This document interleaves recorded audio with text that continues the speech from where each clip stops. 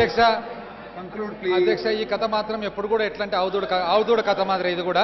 అయితే ఒక్కటి అధ్యక్ష, ఒక్కటి ప్రశ్నలకు కూడా ఒక్కసారి సమాధానం అధ్యక్ష. ఇంతకు రాజధాని ఎప్పుడు తయారవుతుందంటే నందో రాజా భవిష్యతి. పోనీ రైతు రుణమాఫీ ఎప్పుడు జరుగుతుంది అంటే నందో రాజా భవిష్యతి. డ్వాక్రా మహిళల అధ్యక్ష ఎప్పుడంటే నందో రాజా భవిష్యతి. నిరుద్యోగ భృతి ఎప్పుడంటే నందో రాజా భవిష్యతి. ఇంతకు ఏంది నందరాజ భవిష్యత్తు అంటే అధ్యక్ష, అప్పట్లో నందరాజు అని చెప్పి యువరాజు ఉన్నాయంట అధ్యక్ష. పాపము ఆ నందరాజుకు 2 నిమిషాలు అధ్యక్ష, 2 నిమిషాలు అధ్యక్ష, 2 నిమిషాలు అధ్యక్ష, 2 నిమిషాలు ఎక్కువ పట్టదు, 2 నిమిషాలు 2 నిమిషాలు అధ్యక్ష. మీరు ప్లీజ్ అన్న టైంలోనే అయిపోతుంది అధ్యక్ష. అయితే నందరాజు పాపం వాళ్ళ నాయనకి 2 భార్యలు అంట అధ్యక్ష, పెద్ద భార్య చిన్న భార్య.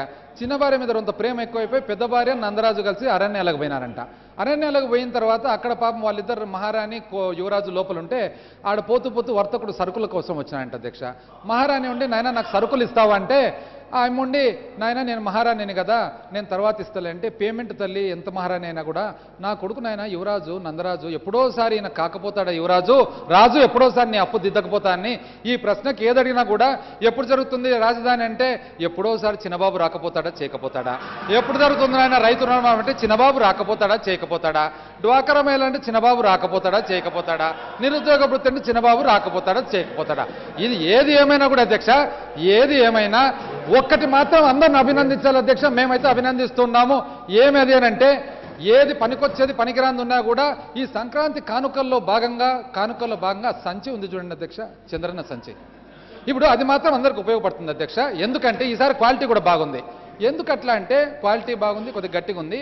ప్రతి రైతు రుణమాఫీ కోసం పేపర్లు జిరాక్స్ కాపీలు పెట్టుకొని బ్యాంకుకు పోయినప్పుడు అంతా అదే సంచి వాడుతున్నాడు అధ్యక్ష. ప్రతి డ్వాక్రా మహిళ మరి బ్యాంకుల చుట్టూ తిరిగినప్పుడు అదే సంచి వాడుతున్నారు అధ్యక్ష. మరి ఉద్యోగాల పిల్లలు పోయినప్పుడు అదే చంద్రన్న సంచి వాడుతున్నారు అధ్యక్ష. మేము కోరేదంతా ఎందుకంటే దయచేసి ఎవరు కూడా ప్రభుత్వం వారికి చెప్తా ఉన్నాము, ఇది క్రిటిసిజం కింద తీసుకోవద్దండి, all should be in lighter way. అయితే ఉన్న దాంట్లో చెప్తున్నాం అధ్యక్ష, మేము సలహా ఇచ్చేది మేము అడిగేది కూడా ఏదైనా కానీ మనం బడ్జెట్ తయారు చేసినప్పుడు పారదర్శకంగా ఉండాలి.